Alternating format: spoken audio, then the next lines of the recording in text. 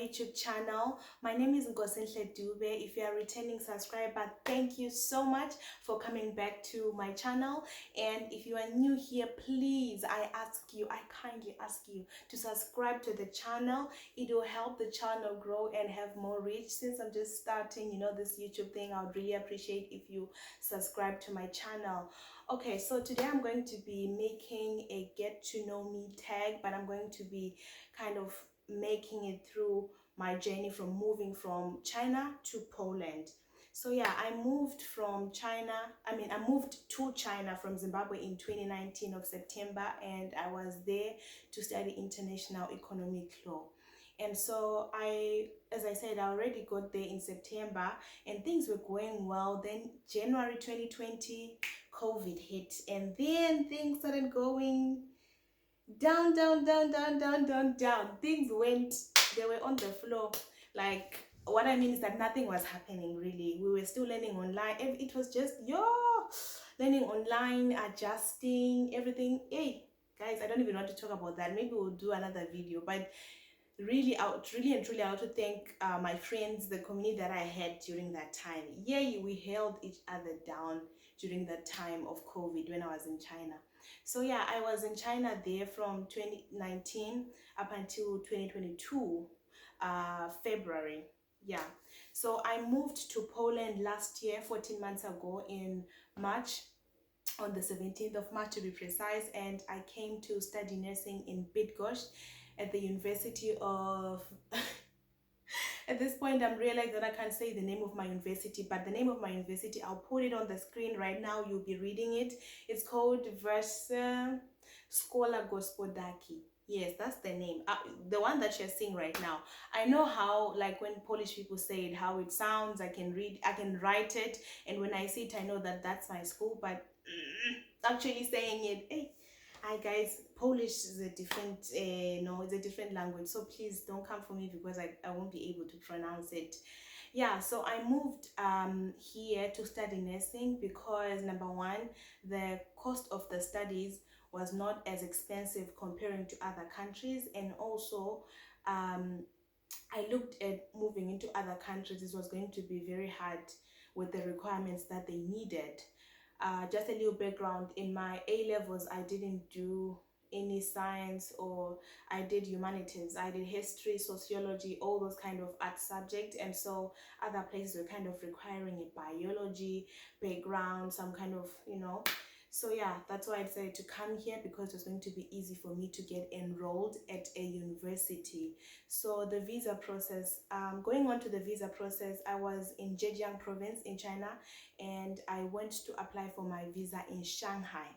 So what they do is that they say that according to the jurisdiction of the province that you are in China, for the Poland visa, you go to the closest embassy that they have. So if you have maybe the consular if you live in Beijing area, they're up there in the north, then you have to go maybe to Beijing, to other places. You'll see online what I'm talking about if you want to move, if you're interested to move from China to Poland. But obviously, as I'm saying, that you should look at the jurisdiction of where you are, the province I mean, and look at the surrounding consulars there. For example, in Zhejiang, there's the Shanghai, there's the Hangzhou, there's also the Fuzhou, I think. And there's also the Nanjing one. There are so many Polish consulars, Polish embassies that you could go to in China. There's not only one in Beijing, which made it easier for me to apply, to go there and make an appointment and apply. But then applying to Poland, they wanted a lot of documents, and I didn't have some of them. For example, they wanted verification from the Minister of Foreign Affairs. I didn't have all that, and I just submitted my documents with prayer, to be honest, because I needed to come to school. I started my process pretty much late. I already applied for my visa when school had started. I applied for my visa in February, and school had started already in February.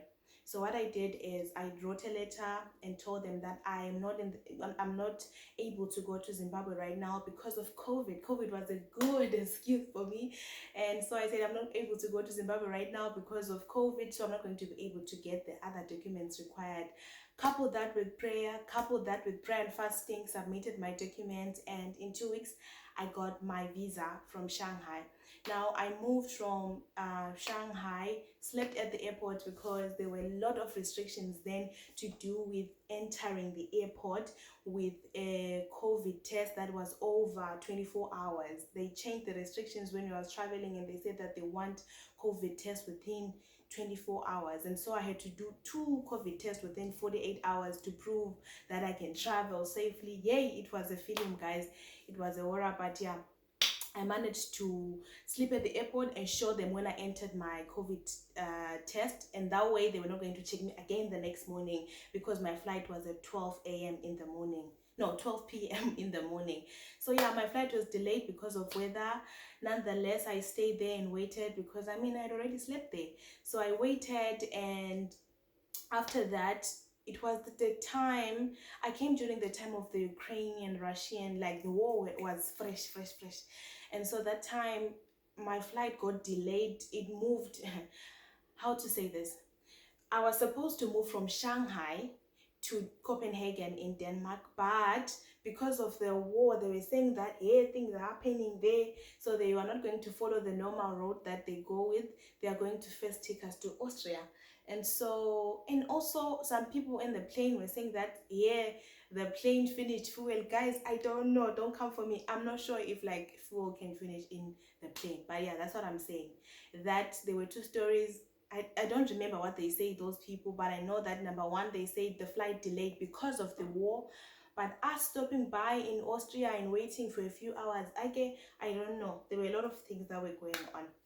So yeah, then we got to Austria. We stayed for 2-3 hours, and then we moved from Austria to Copenhagen.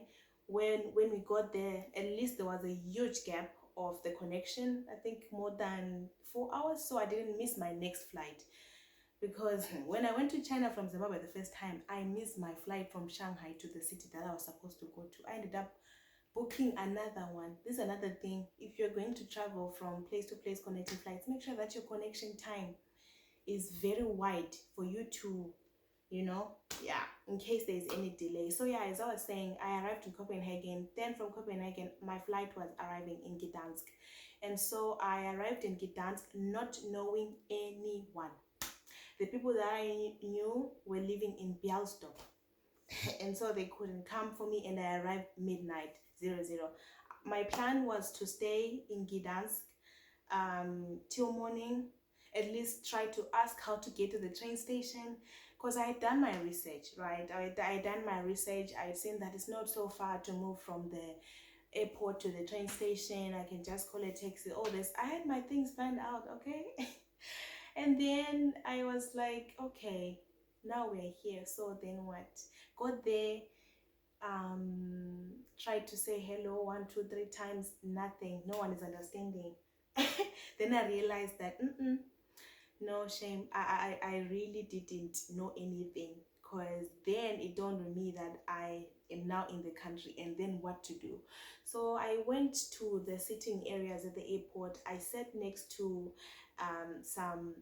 at first I was alone. I sat alone on the aisle, and then some men came there and started asking me questions. Oh, where are you from? He looked very casual. He looked very casual and very nice. He asked me, oh, I was so happy to be speaking in English.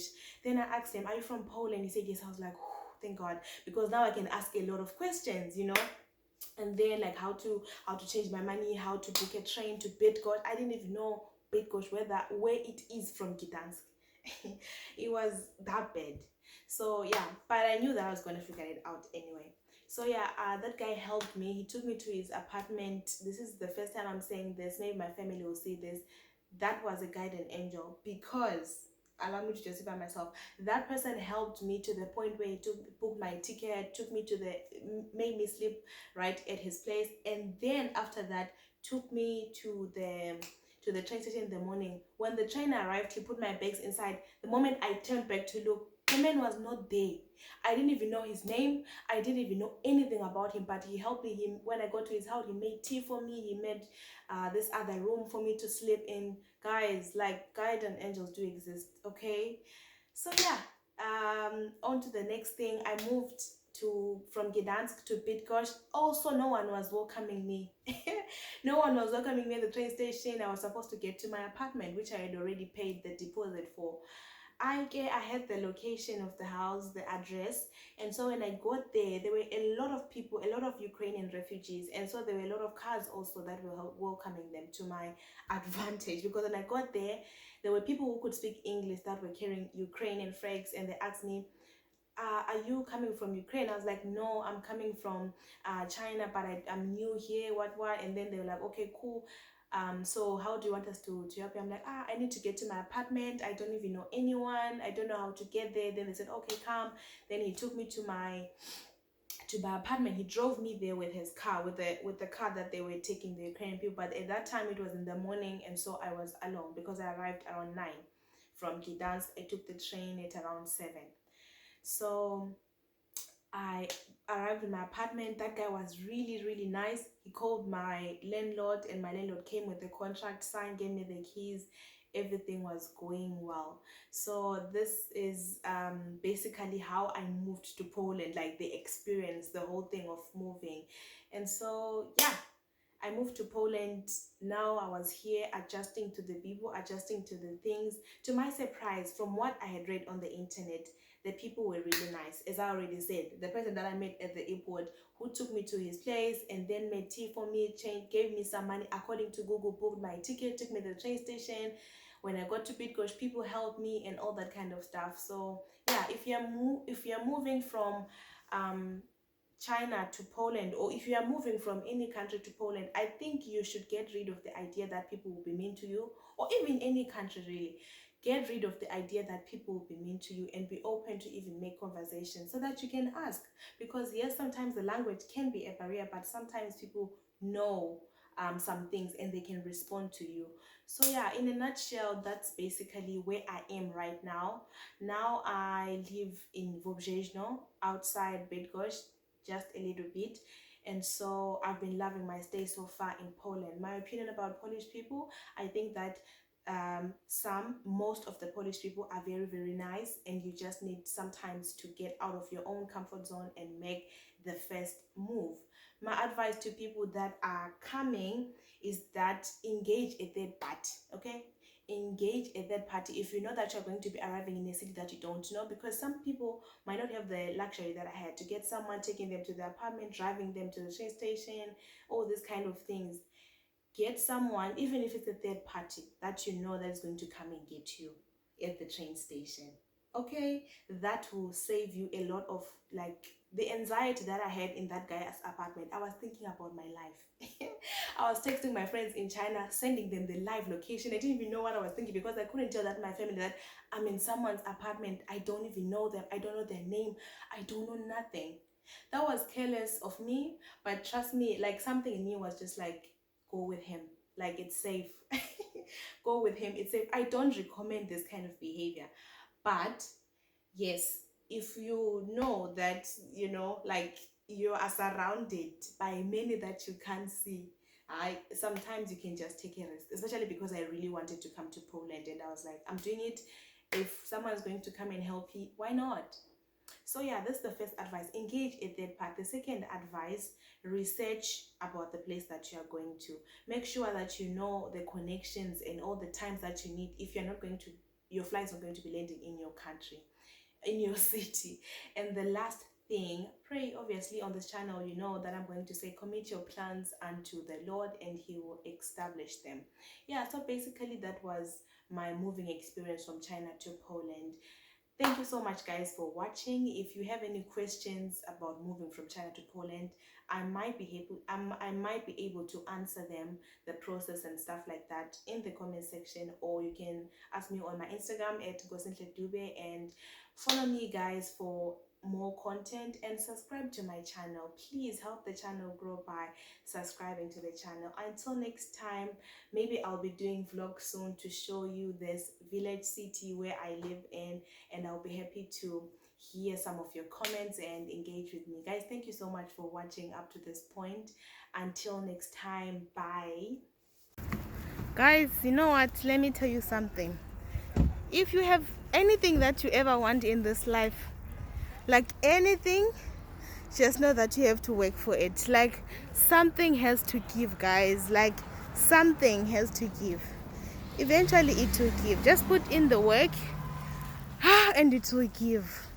Otherwise, persistence is really key, and you need to be determined. It's about how much you want it, because wow, guys, you are going to be exhausted, like very much exhausted, I promise you. But like, yeah, you have to keep on keeping on. Unfortunately, you guys can't see my smile, but I'm smiling. Oh, the sun is even looking good. No.